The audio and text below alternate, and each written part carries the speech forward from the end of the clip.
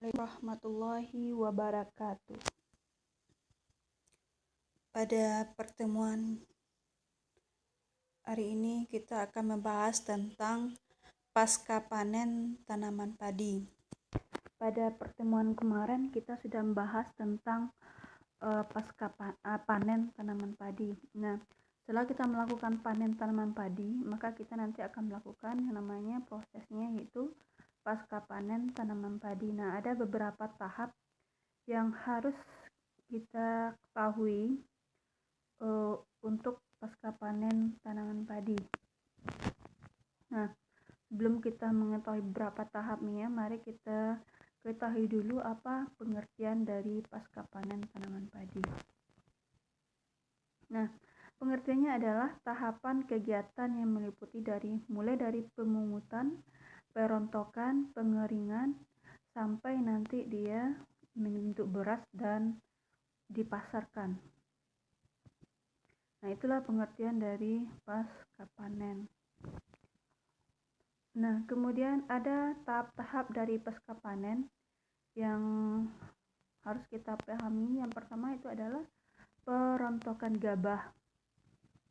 Nah, kalau perontokan gabah itu mulai dapat dirontokkan secara manual dan secara modern, yaitu dengan menggunakan mesin. Itu adalah cara dengan perontokan gabah. Nah, dapat kita lihat alat perontokan gabah kalau secara manual itu diinjak-injak atau istilahnya iles, yang kedua dipukul atau gedik, yang ketiga dibanting atau gebot. Nah, inilah secara manual.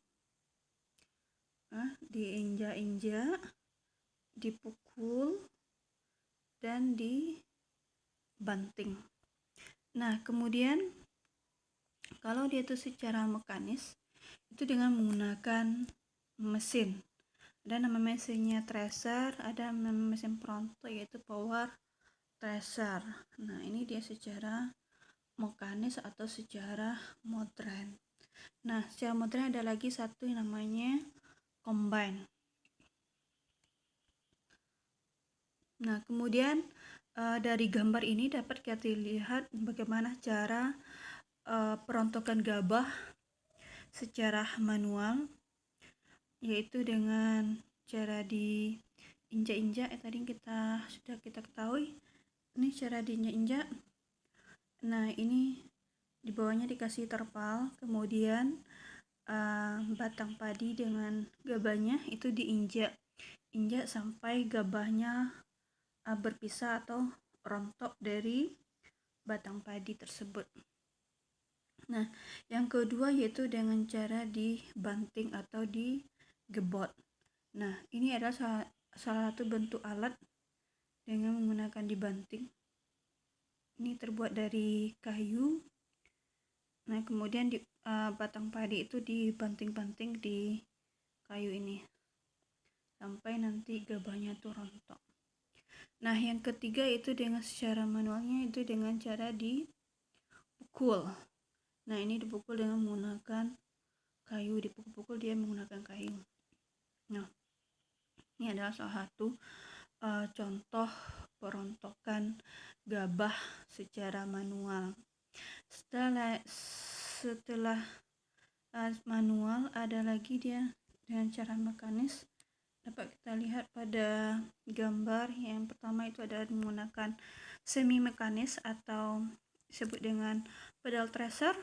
Nah, komponen daripada pedal thresher itu adalah ada kerangka utama,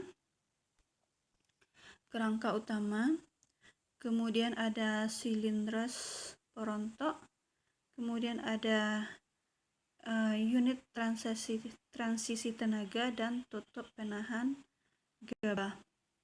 Nah, yang kedua itu adalah power thresher. Nah, pada power thresher ini kapasitasnya 300 sampai 500 kg per jam. Nah, mesin ini dihidupkan atau putaran silindres jerami diumpankan. Nah, masuk dulu jeraminya di sini ya sebagai umpan. Dan kemudian terjadi gesekan dan pukulan jerami oleh gigi perontok dan sirip pembawah menuju lubang pengeluaran jerami. Nah, nanti pengeluaran jeraminya ini di samping di sini ada nanti tuh pintunya tempat keluarnya jerami. Kemudian butiran padi dan potongan jerami akan jatuh ke ayakan dan juga terhembus oleh blower. Gabah akan terpisah dari jerami dan kotoran lainnya. Nah, nanti gabahnya itu akan keluar melalui ini dia. Di sini tempatnya keluarnya gabah. Ya. Nah, kemudian ada perpaduan antara pemanenan dan perontokan, itu namanya combine. Nah, ini dia alatnya. Combine itu ini alatnya. Di sini nanti akan pada saat panen itu akan keluar langsung gabahnya. Nah, ini dia.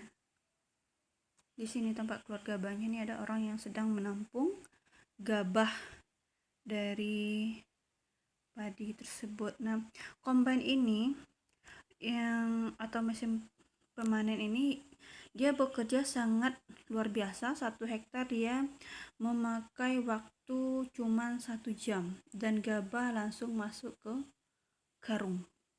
Nah, ini dia kelebihan dari combine. Nah, kekurangan combine ini adalah dia tidak bisa kita gunakan pada lahan sawah yang luas petakannya kecil.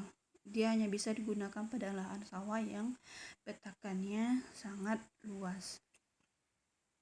Nah, yang kedua yaitu adalah pengangkutan. Nah, pengangkutan ini adalah kegiatan pemindahan gabah dari lahan sawah ke tempat penggilingan padi untuk dikeringkan. Nah, pengangkutan ini biasanya bisa menggunakan gerobak, motor, dan mobil. Nah, kemudian yang ketiga itu adalah pengeringan. Nah, pengeringan itu adalah proses penurunan kadar air gabah sampai mencapai kadar air tertentu sehingga gabah siap untuk digiling atau aman disimpan. Nah, cara pengeringannya ini ada beberapa cara. Yaitu yang pertama, keringkan gabah dengan dijemur di atas lantai jemur atau dengan alat pengering terutama musim hujan. Nah, ketebalan gabahnya 5-7 cm dibalik selama setiap 2 jam. Kemudian gabah giling itu kadar airnya 13-14%. Sedangkan gabah untuk benih itu untuk disimpan lama itu kecil dari 12%.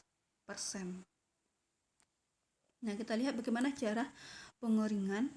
Ini caranya yang pertama itu adalah dijemur dengan sinar matahari secara langsung. Nah, kalau di tingkat petani, gabah umumnya dijemur di atas anyaman bambu atau terpal plastik. Nah, di unit penggilingan padi pada lantai semen. Nah, dijemur dengan memanfaatkan plastik UV, dibuat dia seperti greenhouse tempat penjemurannya. Kemudian penggilingan gabah dengan box dryer. Nah, ini dia salah satu bentuk cara penjemuran gabah. Ini adalah menggunakan terpal plastik. Terpal plastiknya direntangkan, kemudian di atasnya baru gabahnya dikeringkan. Nah, ini dengan menggunakan semen. Nah, kalau menggunakan semen ini biasanya lebih cepat keringnya. Kenapa? Karena panas dari semen ini dia lebih panas sehingga gabah ini dia akan lebih cepat pengeringan kering. Nah, kemudian ini dengan menggunakan plastik UV. Nah, itu dengan cara membuat greenhouse ini ya, dengan cara membuat greenhouse.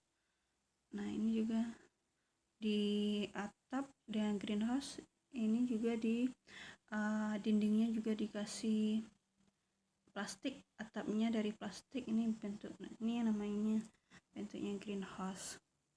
Nah, biasanya ini sangat menguntungkan pada saat musim penghujan. Jadi kita tidak susah-susah untuk mengumpulkan padi pada saat penghujan. Nah, ini adalah box dryer, alat digunakan untuk pengeringan. Ini biasanya dalam skala besar, dalam skala industri ya. Kemudian penyimpanan dan pengemasan. Penyimpanan gabah atau benih dengan sistem namanya hermetik. Hermetik itu adalah kedap udara, gas, dan uap air. Pengemasan juga bisa menggunakan karung. Nah, kemudian penyimpanan padi itu ada dilakukan di gudang padi. Kemudian kalau di Minangkabau itu namanya ada rangkiang. Rangkiang itu seperti rumah tapi kecil ya.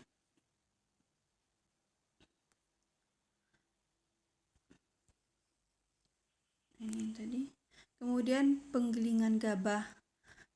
Penggilingan gabah ini penggilingannya yang pertama persiapan bahan baku gabah, terus tahu varietasnya, kemudian asalnya, kapan dipanen atau gabah ini baru, kemudian kadar airnya 14%. Kalau gabah ini terlalu lama, maka butirnya akan berwarna kuning, buram, dan rasanya kurang enak.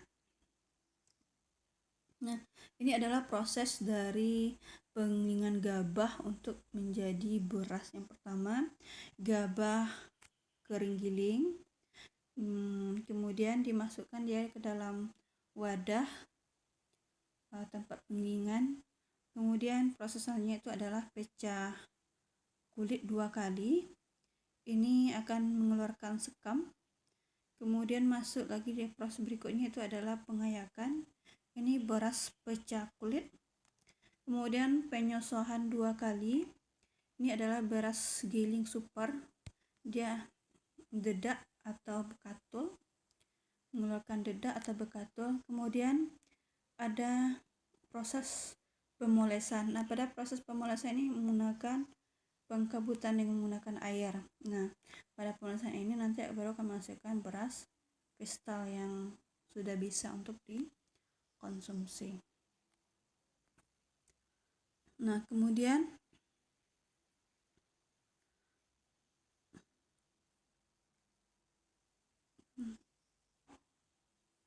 proses pengemasan beras. Memilih jenis kemasannya ada kekuatan bahan bersifat tidak korosif dan tidak mencemari produk beras. Kedap udara. Yang kedua, label kemasan mencantumkan nama varietas untuk menghindari pemalsuan. Kemudian kemasan ada 10 kilo menggunakan karung plastik yang dijahit tutupnya. Untuk 5 kilo dapat dengan kantong plastik yang tebalnya 0,8 mm. Kemudian proses penyimpanan. Nah, sebelum beras itu disimpan, sebaiknya dilakukan pemeriksaan kadar air beras harus kecil dari 14%. Tempat penyimpanan aman dari pencurian tikus, bersih, bebas kontaminasi hama dan penyakit gudang. Ada pengaturan aerasi, tidak bocor dan tidak lembab. Karung beras diletakkan di atas bantalan kayu, tidak langsung kontak dengan lantai untuk memudahkan fumigasi. Nah, sekianlah materi dari pasca panen yang dapat saya sampaikan. Mudah-mudahan bermanfaat bagi kita semua. Saya sudahi dengan Assalamualaikum warahmatullahi wabarakatuh.